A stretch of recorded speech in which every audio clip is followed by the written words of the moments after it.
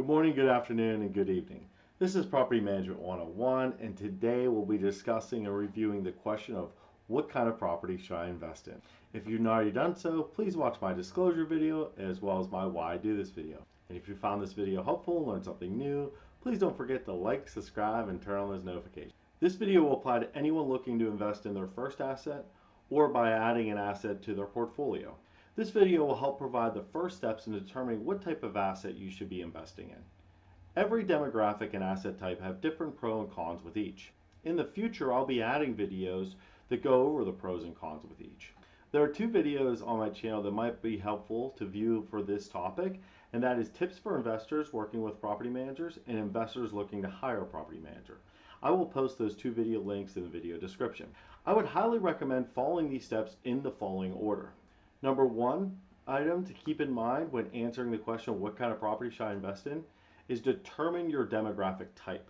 By determining your demographic type, this will really allow what type of customer your asset will serve to. Is it going to be commercial, student, senior, conventional, affordable? By determining this first, this will allow you to determine the next two steps. And the second step is determine your asset type. Once you determine your demographic type, then you can focus on the type of asset type you're wanting to invest in. This asset type could be a multifamily asset, single-family home asset, mid-rise, high-rise, storage unit, cottage-style rentals, condo, townhomes, commercial, or rental space. Depending on the demographic type, you may have the ability to select between many different types of asset types to invest in. And with others, it may be much more restricted depending on zoning or other local codes based off that asset type.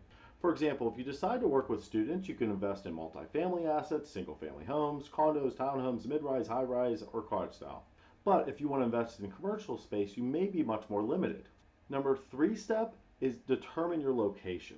Once you determine the demographic type and the asset type, you're going to want to determine where you want to invest in. Now, this could be a situation you're open to any location, but if you're planning on managing the asset, you will need to be able to visit the asset more often than if it was a great distance away.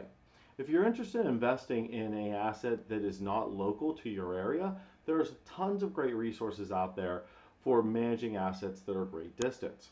One suggestion I would make, if you're very restricted with the amount of money you can invest in this property, and you're particular about the demographic type and asset type, then I would strongly recommend being much more open to where this property is located. Being open-minded to the location will allow for more opportunities to find an asset that's better in line with your asset goals or asset strategies. If you do have any questions about this video or any of my videos, feel free to comment. I'll be happy to address them for you. And hopefully you found this video helpful and learned something new. If so, please don't forget to like, subscribe, and turn on those notifications. Happy leasing!